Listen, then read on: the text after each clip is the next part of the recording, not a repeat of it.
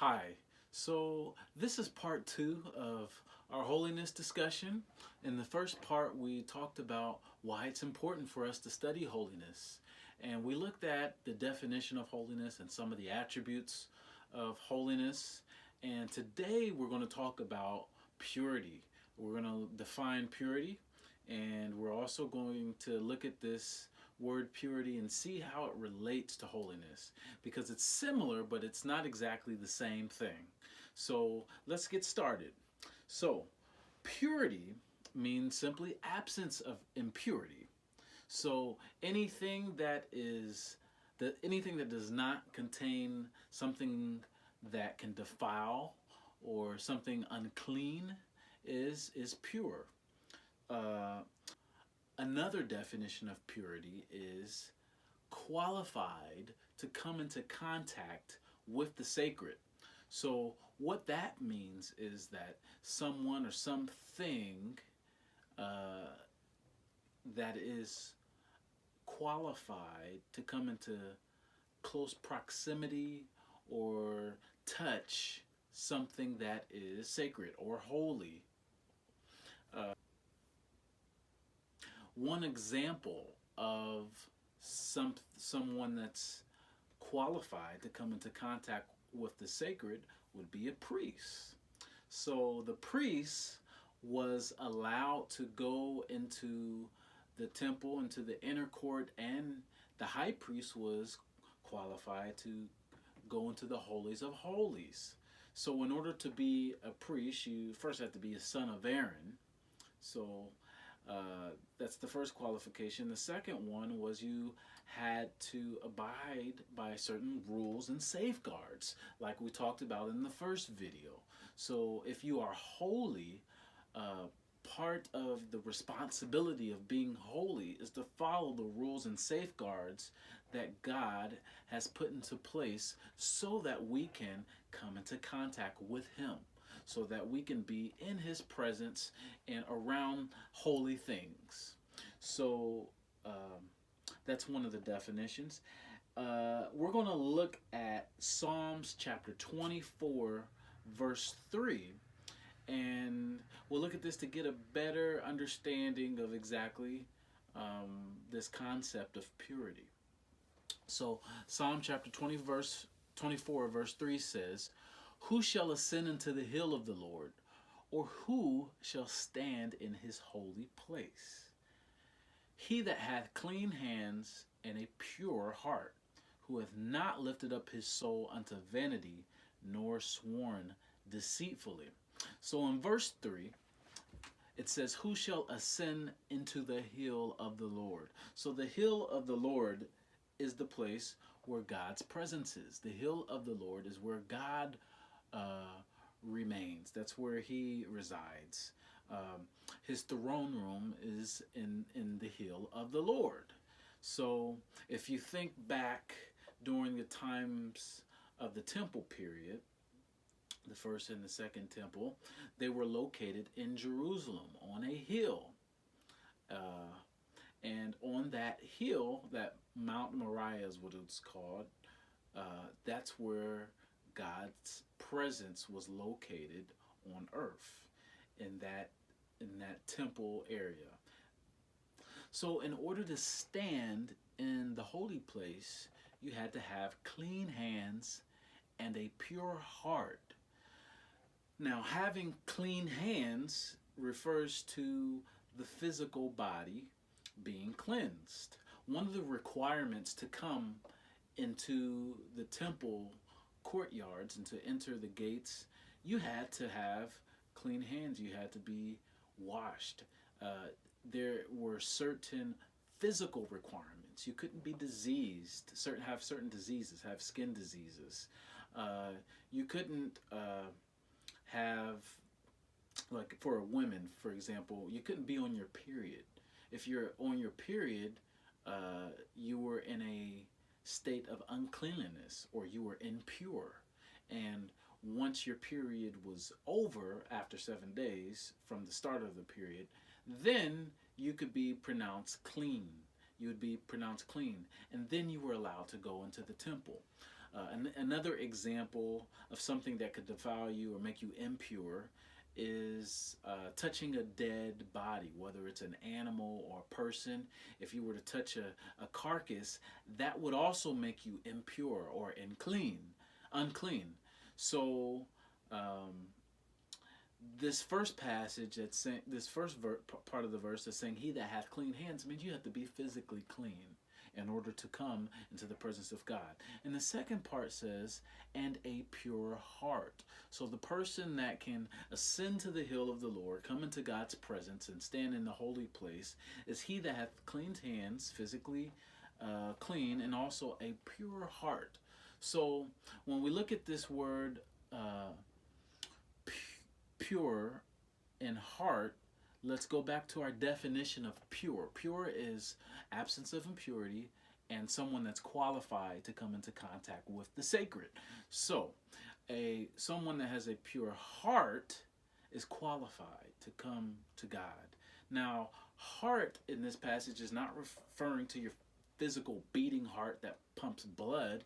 It's referring to your mind, and more specifically, your subconscious mind, where your beliefs are and your thoughts and your intentions and motivations are. That's what it's talking about. Your mind, your subconscious mind.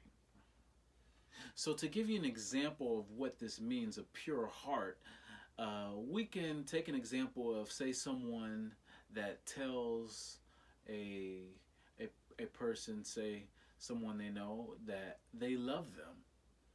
And that person that's telling someone, "I love you," say it's a guy telling a girl, "I love you."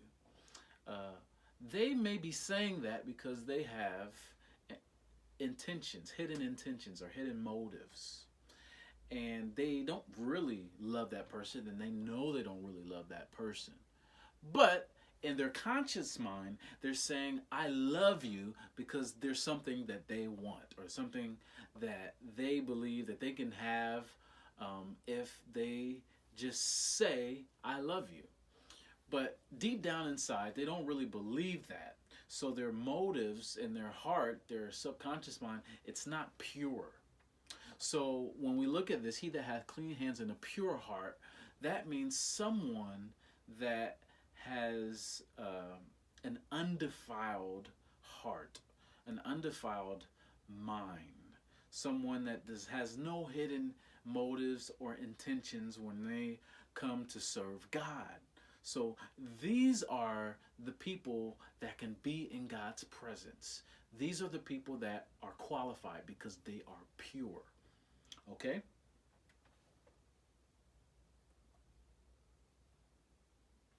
Let's look at another verse. Hebrews chapter 9, verse 13 through 14.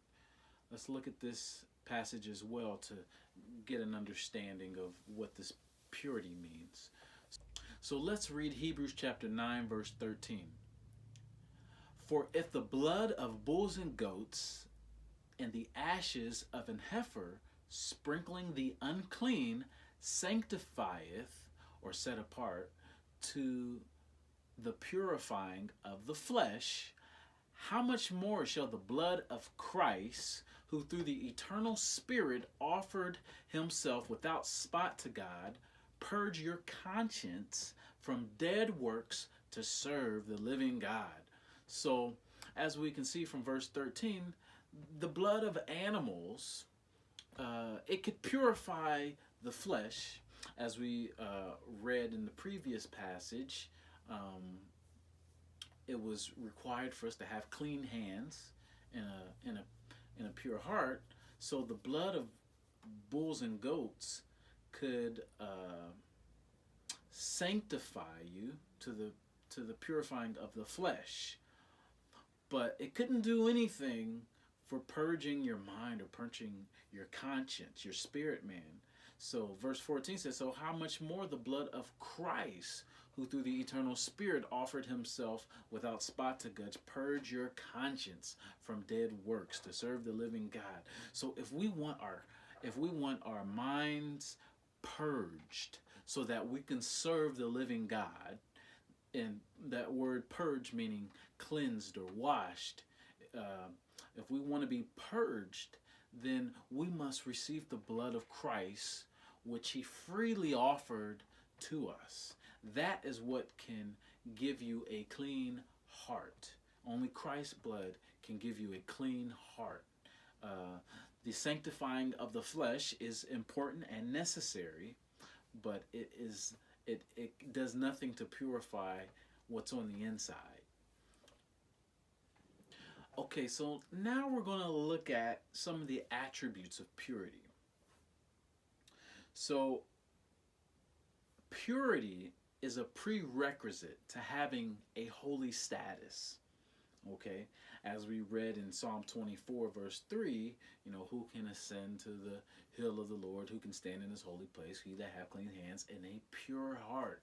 So to stand in the place where God is, which is holy, you have to be pure. You have to have a pure heart. So holy by definition is pure, okay? Because you can't be pure unless you cannot be holy unless you are first pure. People that aren't pure don't have a holy status. Okay. The next, common objects can be pure or impure. Okay. I'll say that again. Common objects, they can be pure or they can be impure. Now, a common object that is impure, there's nothing wrong with that. It's not a sin to have an object be impure. In fact, it's not even a sin necessarily for a person to be impure at a specific point in time. For example, we talked about a woman who is on her period. During that time, she's impure. It's not a sin for her to be impure. It's the way God created women. Women go through a period of time when they are in an impure state. And what that simply means is they are not qualified to come into the contact with the sacred. Doesn't mean that they've done anything wrong if you're impure. It just means you could not go to the temple and be in the presence of God. Because if you go to the temple in an impure state, then you can die. So it's that serious. If you want to go into the presence of God, you have to meet his requirements. And so God required people to be pure, but it's not necessarily a sin. For example, like we also talked about dead animals or dead people. You may run into a situation where you need to touch a dead animal or a dead person. If someone dies in your house, you're not going to just leave them there. You need to move them because that's just unhealthy. It's unclean. So you move them. And so for a period of time, you will be considered impure or unclean. But after that time period is over and you've done what the scriptures require to become re-sanctified or rededicated or cleansed, then you'll be clean after that.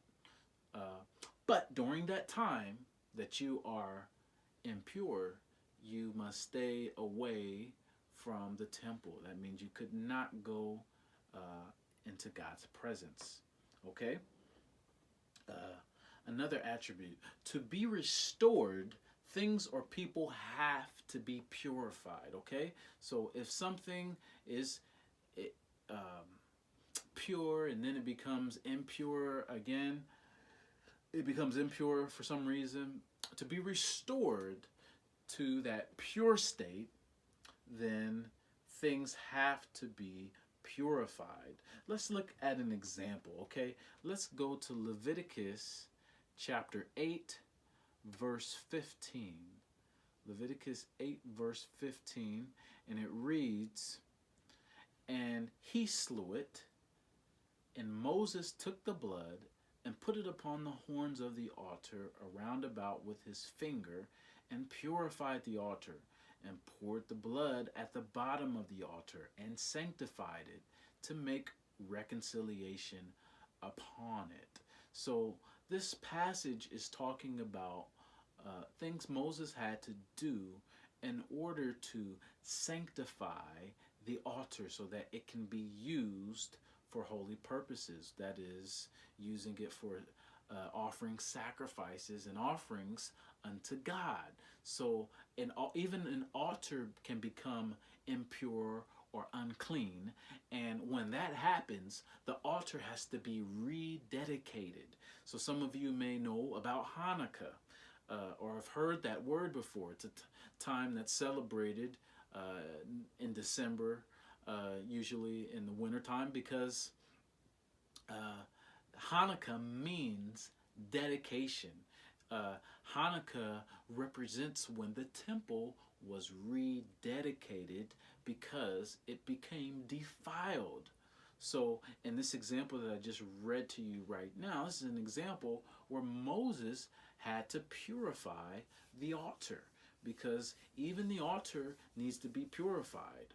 Okay? We need to be purified. We need to be sanctified if we come into a state of impurity for some reason.